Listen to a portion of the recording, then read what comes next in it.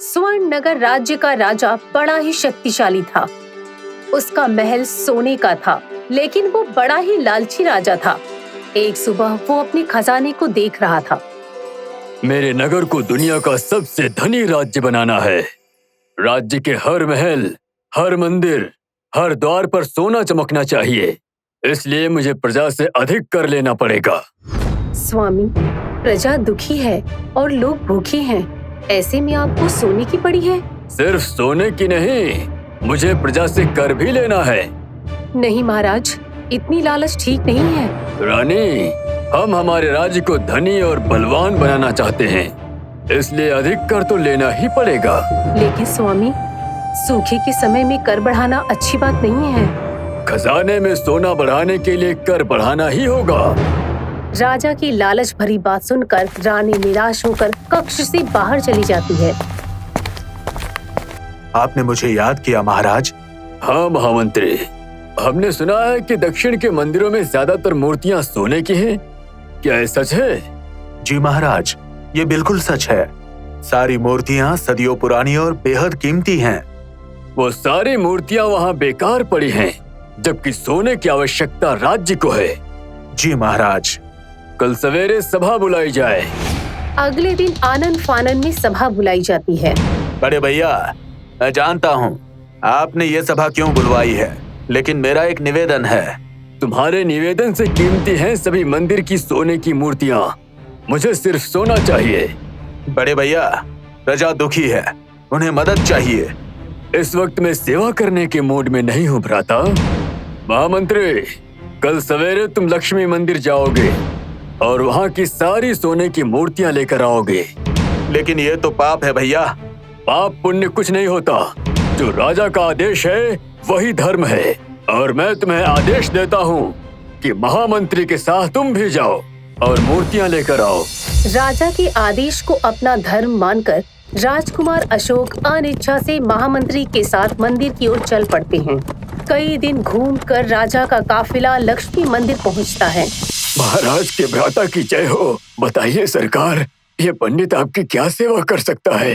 पुजारी, सम्राट का आदेश है कि मंदिर की सोने की मूर्तियां सरकारी खजाने में जमा करवाई जाएं।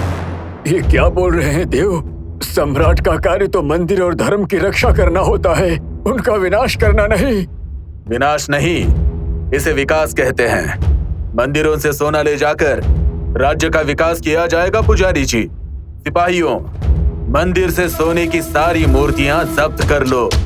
जबरन मंदिर से सारी मूर्तियां जब्त करके राजा के सामने पेश की जाती हैं। भ्राताश्री, आपकी आज्ञा के अनुसार लक्ष्मी मंदिर की सारी मूर्तियां ले आया हूँ। सोने की मूर्तियां देखकर लालची राजा बहुत खुश हुआ। वाह, क्या बात है। सभी मूर्तियों को पिघलाकर सारा सोना खजाने में रख दिया जाए।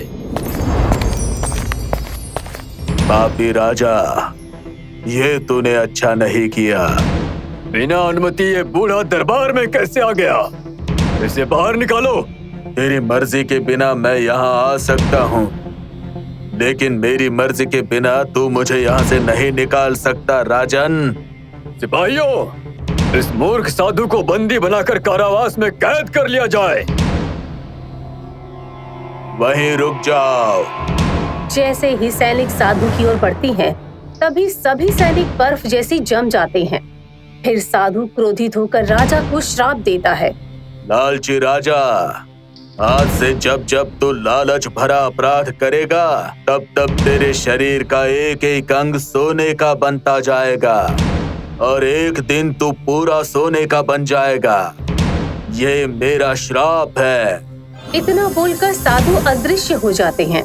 साधु के गायब होते ही राजा के हाथ की उंगलियां सोने की बन जाती हैं। ये क्या? मेरी उंगली सोने की बन गई? सारी उंगलियां सोने की बन जाने के बाद भी अच्छी तरह काम करती थी। ये देख राजा कहता है, साधु के श्राप से मुझे कोई नुकसान नहीं हुआ। ये देखो, मेरी सोने की उंगलियां काम कर रही हैं। अब राजा श्राप से डरने के बदले श्राप का आनंद लेने लगा। अगले दिन उसने जानबूझकर अपराध किया, जिस कारण उसके दोनों हाथ सोने के बन गए। राजा के दोनों हाथ सोने के बन जाने के बाद भी अच्छी तरह काम करते थे। ये देख वो कहता है, ये देखो साथियों, मेरा सोने का हाथ अभी भी काम कर रहा है। मैं कुछ ही दिनों में पूरा सोने का बन जाऊंगा। उसके बाद बड़ा मजा आएगा। एक के बाद एक अंग को सोने का बनता देख राजा खुश हो रहा था और रानी चिंतित हो रही थी। महाराज, ये खुश होने वाली बात नहीं है। इस वक्त आपको श्राप से मुक्ति पाने का रास्ता खोजना चाहिए। मुझे सोने का बनता देख तुझे जलन हो रही है ना? नहीं महाराज, सोचिए, एक दिन आप पूरे सोने के बन जाएंगे, तब आप सिर्फ एक बेजान मूर्ति बनकर रह जाएंगे। नहीं रानी, ये देखो, जिस तरह मेरा हाथ सोने का होने के बाद भी काम कर रहा है, ठीक उसी तरह जब मेरा हृदय भी सोने का बन जाएगा तब काम करता रहेगा, जिस कारण मैं मूर्ति बनकर नहीं, सोने का बनकर जीवित रहूंगा। लालची राजा सोने की लालच में किसी की नहीं सुनता था। वो रोज कोई न कोई अपराध करता था, जिस कारण रोज उसके शरीर का एक अंग सोने का बन जाता था। सोने की लालच में अंधा होकर राजा अपराध पे अपराध किए जा रहा था। एक दिन वो अपने भाई से कहता है, भ्राता अशोक, आज पूर्व के सारे मंदिरों से सोने की मूर्तियां ले आओ। राजा का हुक्म मानकर भ्राता अशोक और महामंत्री सेना लेकर मंदिरों से सोने की मूर्तियां लाने के लिए निकल पड़ते हैं और कुछ ही दिनों में मूर्तियां लेकर दरबार में हाजिर हो जाते हैं। ये लीजिए महाराज, पूर्व के मंदिरों की सारी मूर्तियां अब आपके खजाने की शोभा हैं। पूर्व की मूर्तियां आने पर राजा का चेहरा भी अब सोने का बन जाता है। अरे वाह, देखो, अब मैं पूरा सोने का बन गया हूँ। बधाई हो भ्राताश्री। भ्राता, अब मैं चाहता हूँ कि उत्तर दिशा के सारे मंदिरों से सोने की मूर्तियां ले आओ। जो आज्ञा भ्राताश्री। ठहरो महाराज, एक बार फिर से सोच लीजिए। अगर अब आपने अपराध किया तो ये आपके जीवन का अंतिम अपराध होगा। ये तुम क्या कह रही हो रानी?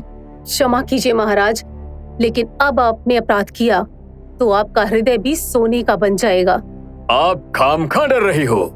हमें देखो, हमारा पूरा बदन सोने का बन जाने के बाद भी हमारे सारे अंग काम कर रहे हैं। इसी प्रकार हमारा हृदय भी सोने का बनने के बाद भी काम करता रहेगा।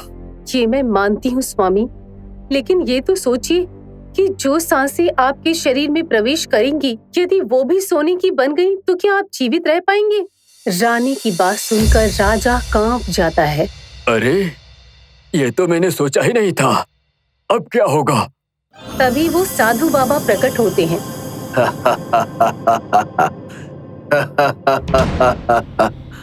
आखिर तू लालच के काल चक्र में फंस ही गया राजन। अब तू कोई भी अपराध करेगा, तेरी सांसें भी सोने की बन जाएंगी और तू मृत्यु को प्राप्त होगा। ऐसा कभी नहीं होगा।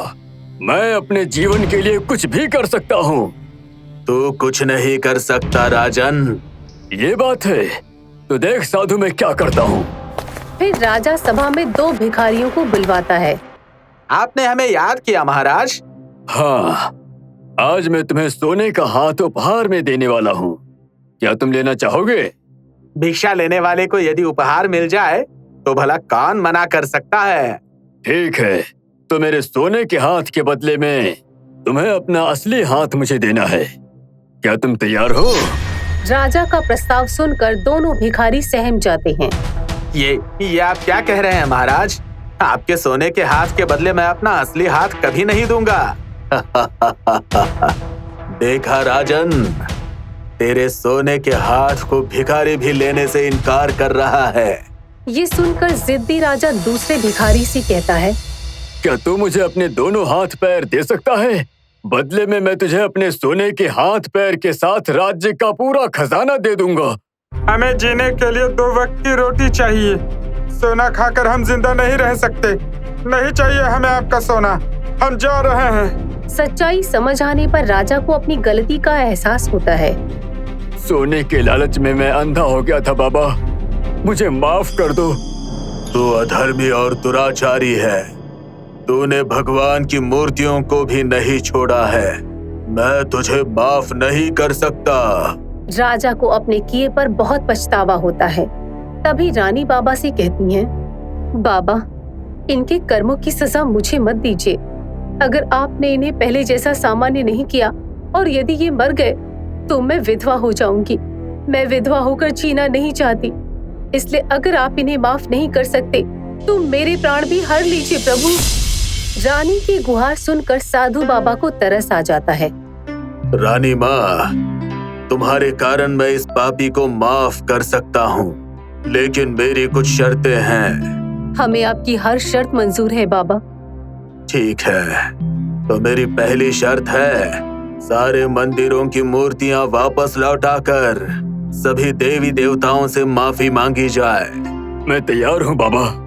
मेरी दूसरी शर्त है तुम्हें जीवन भर धर्म की रक्षा करनी होगी और गरीबों की सेवा करनी होगी। मैं तैयार हूँ बाबा। और मेरी आखिरी शर्त कि तुमने राज धर्म का पालन नहीं किया, इसलिए तुम अपनी राज गद्दी छोड़कर अपने भ्राता को राजा बनाओगे। ये सुनकर राजा अचंभित हो जाता है और साधु बाबा से पूछता है, माफ करना बाबा, लेकिन भ्राता अशोक भी मेरे जितना ही पापी है। वही सारे मंदिरों से मूर्तियां ले आया है, फिर मुझे दंड और इसे उपहार क्यों? वो इसलिए कि तुमने अपना धर्म नहीं निभाया था, मगर अशोक ने अपना भ्राता धर्म बखूबी निभाया था। उसने ना चाहते हुए भी तुम्हारी आज्ञा का पालन करते हुए सारी मूर्तियां ले आया था। वो तुमसे अच्छा राजा साबित हो सकता है। जिंदा रहने के लिए राजा ने बाबा की आखिरी शर्त भी मान ली। मुझे आपकी हर शर्त मंजूर है बाबा, बस आप मुझे पहले जैसा साधारण इंसान बना दीजिए। तथास्तु। साधु बाबा के तथास्तु कहते ही राजा पहले की तरह साधारण मनुष्य बन जाता है। आपका बहुत बहुत धन्यवाद बाबा। देखा राजन, अब तुम्हें पता चला ना कि लालच बुरी बला है।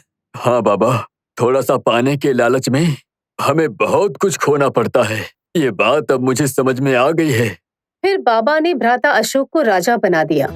आज से तुम इस राज्य के राजा हो अशोक। धन्यवाद बाबा।